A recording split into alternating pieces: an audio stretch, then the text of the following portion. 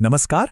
आज के इस गहरे विश्लेषण में हम भगवद गीता के दूसरे अध्याय यानी सांख्य योग पर चर्चा करने वाले हैं। कहा जाता है कि अगर आपको पूरी गीता का सार समझना हो तो बस इस एक अध्याय को गहराई से समझ लीजिए। ये सदियों से इंसानी मन की उलझनों को सुलझाता आ रहा है। तो चलिए बिना किसी देरी के इस कमाल के दार्शनिक सफर पर चलते हैं। आइए देखते हैं कि आज हम किन अहम पड़ावों से गुजरने वाले हैं। हम शुरुआत करेंगे अर्जुन के विषाद से, फिर समझेंगे आत्मा का अमर स्वरूप, उसके बाद स्वधर्म और कर्तव्य, फिर कर्म योग का सिद्धांत और आखिर में जानेंगे स्थित प्रज्ञ के लक्षण। हम एक गहरे भावनात्मक संकट से अपनी बात शुरू करेंगे और धीरे धीरे सर्वोच्च मानसिक शांति की ओर बढ़ेंगे।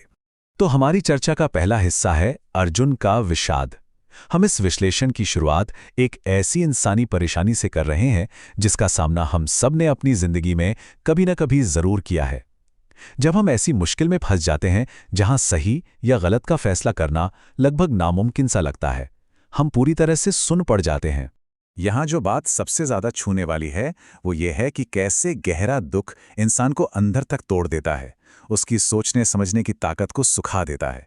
इस भयानक मानसिक द्वंद्व में जब इंसान पूरी तरह से थक जाता है तो उसके मुंह से बस यही निकलता है, मैं युद्ध नहीं करूंगा, मैं ये नहीं कर सकता। लेकिन इस गहरी निराशा के जवाब में जो बात कही गई है वो जिंदगी और मौत को देखने का नजरिया ही बदल देती है। ग्रंथ में एकदम साफ कहा गया है कि जो वास्तव में ज्ञानी हैं, जो समझदार हैं, वे न तो उनके लिए शोक मनाते हैं जो चले गए हैं और न ही उनके लिए जो अभी जीवित हैं। और यहीं से हम दूसरे अहम हिस्से की तरफ बढ़ते हैं, आत्मा का अमर स्वरूप। आइए समझते हैं कि कैसे ये विचार हमारी सबसे बड़ी चिंता यानी मौत के डर को जड़ से खत्म करने की मजबूत नींव रखता है। अब देखिए, यहां जो सबसे बड़ा अंतर बताया गया है वो बहुत ही दिलचस्प है। एक तरफ है हमारा ये भौतिक शरीर जो बिल्कुल नाशवान है, आग इसे जला सकती है, पानी गला सकता है, ठीक वैसे ही जैसे हम पुराने कपड़े बदलते हैं। और दूसरी तरफ है आत्मा जो न कभी जन्म लेती है न कभी मरती है, एकदम अमर और सर्वव्यापी। तो यहाँ एक बहुत ही सीधा और तार्किक सवाल उठता है। जरा सोचिए, अगर आत्मा सच में सिर्फ पुराने कपड़ों की तरह शरीर बदल रही है तो फिर जन्म और मौत के इस तय चक्र पर इतना शोक क्यों? इस लॉजिक को गहराई से समझने के बाद सच कहूं तो शोक मनाना पूरी तरह से बेमानी सा लगने लगता है। चलिए अब तीसरे भाग पर आते हैं, स्वधर्म और कर्तव्य। इस पूरी आध्यात्मिक सच्चाई को समझने के बाद हमारी ये चर्चा अब वापस हमारे भौतिक दुनिया और हमारे काम की अहमियत की तरफ मुड़ती है। ज्ञान का मतलब हाथ पर हाथ रखकर बैठना बिल्कुल नहीं है। तो सबसे पते की बात यहाँ ये है कि आत्मा अमर है। इसका मतलब ये बिल्कुल नहीं कि हम अपनी जिम्मेदारियों से मुंह मोड़ लें। एक योद्धा के लिए धर्म की रक्षा के लिए लड़ने से बड़ा कोई काम नहीं है। पीछे हटने का सीधा सा मतलब है अपने ही मूल कर्तव्य, अपने स्वधर्म से भागना। अब ये बात थोड़ी कड़वी लग सकती है, लेकिन ये एकदम सच है। डर की वजह से अपना काम छोड़ने के बहुत भारी सामाजिक और मानसिक नुकसान होते हैं। इंसान को मौत से भी बदतर अपयश मिलता है। जो लोग आज इज्जत करते हैं वो इसे कायरता मानेंगे और विरोधी क्षमताओं का मजाक उड़ाएंगे। ये बात हमें एकदम जमीन पर ले आती है। अब आते हैं चौथे भाग पर, कर्म योग का सिद्धांत।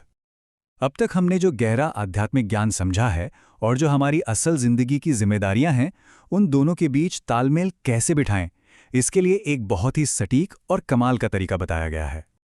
और वो तरीका है कर्म योग। ये इस पूरी चर्चा का सबसे मजबूत टूल है।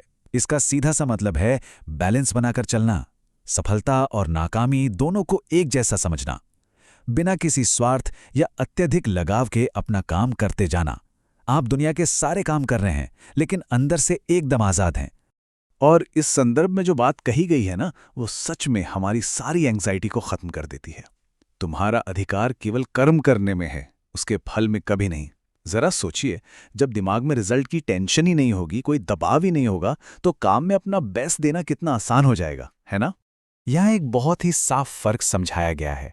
एक तरफ वो बुद्धि है जो पूरी तरह से फोकस्ड है, जो बिना किसी स्वार्थ के सिर्फ अपने कर्तव्य पर टिकी है, और दूसरी तरफ वो बुद्धि है जो हजारों दिशाओं में भाग रही है, इच्छाओं के पीछे, पावर के पीछे, सुख सुविधाओं के पीछे। और जाहिर है ऐसा भटका हुआ दिमाग कभी भी सच्ची शांति नहीं पा सकता। अब हम अपने आखिरी और पांचवें हिस्से की तरफ बढ़ते हैं, स्थित प्रज्ञ के लक्षण। चलिए देखते हैं कि ये सारी बातें मिलकर एक परफेक्ट शांत मानसिक स्थिति को कैसे जन्म देती हैं। ये इस पूरे विश्लेषण की सबसे बड़ी मंजिल है, उस इंसान का अल्टीमेट गोल जिसने अपने दिमाग और अपने एक्शंस दोनों पर पूरी तरह से कंट्रोल कर लिया है। स्थितप्रज्ञ, यानी एक ऐसा व्यक्ति जिसने मन की सभी गैर जरूरी इच्छाओं को छोड़ दिया है और जो पूरी तरह से अपने आप में भीतर से संतुष्ट है। ऐसे व्यक्ति के लक्षण बहुत साफ होते हैं। वो दुखों में घबराता नहीं है और सुखों के पीछे पागल नहीं होता। इसके लिए कछुए के एक बहुत ही शानदार उदाहरण दिया गया है।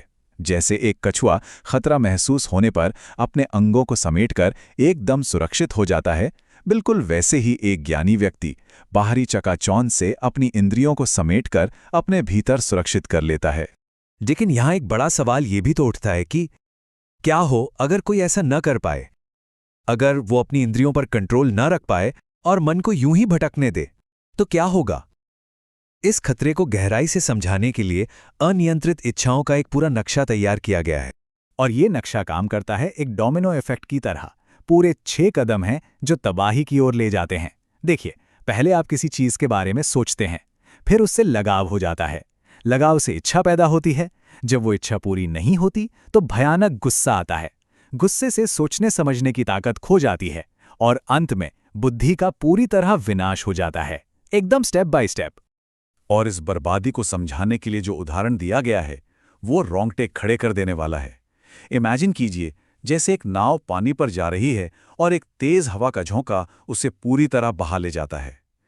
ठीक वैसे ही हमारी भटकती हुई इंद्रियां हमारे पूरे ज्ञान और बुद्धि को अपने साथ बहा ले जाती हैं। यहाँ एक बहुत ही खूबसूरत कॉन्ट्रास्ट देखने को मिलता है। एक ज्ञानी व्यक्ति आम दुनिया से एकदम अलग लेवल पर काम करता है। जो चीजें दुनिया के लिए दिन हैं, जैसे भौतिक सुख और लालच, वो एक ज्ञानी के लिए रात के अंधेरे जैसी हैं। और जिस आत्मनियंत्रण में ज्ञानी हमेशा जागता रहता है, वो दुनिया के लिए रात की तरह है। ये शायद इस पूरी चर्चा का सबसे खूबसूरत और गहरा रूपक है। जरा सोचिए, जैसे नदियां चारों तरफ से आकर एक विशाल और शांत समुद्र में गिरती हैं, लेकिन समुद्र उफनता नहीं है, वो अपनी मर्यादा में रहता है। ठीक वैसे ही एक शांत व्यक्ति के अंदर इच्छाएं आती तो हैं, लेकिन उसे डिस्टर्ब नहीं कर पाती। सच्ची शांति उसे ही मिलती है, न कि उसे जो हर इच्छा के पीछे भागता है। और आखिरकार हम पहुंचते हैं इस सफर के अंतिम पड़ाव पर, जिसे ब्राह्मी स्थिति कहा गया है। ये इंसानी चेतना और आध्यात्मिक आज़ादी का सबसे ऊंचा शिखर है।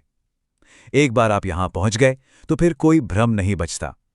और अगर जीवन के आखिरी पलों में भी कोई इस अवस्था में टिक जाए तो उसे परम शांति और मोक्ष मिल जाता है। तो आप जब हम इस चर्चा के अंत में आ गए हैं तो एक सवाल अपने साथ लेकर चलते हैं। आज की इस तेज रफ्तार, भागदौड़ और शोर शराबे वाली जिंदगी में हम इस प्राचीन और अचल ज्ञान को कैसे अपना सकते हैं? हम अपने भीतर उस विशाल समुद्र जैसी शांति कैसे पा सकते हैं? इस पर जरूर विचार कीजिएगा कि इन गहरे सिद्धांतों को हम अपनी रोजमर्रा की जिंदगी में कैसे उतारें। इस चर्चा में हमारे साथ जुड़े रहने के लिए बहुत बहुत धन्यवाद।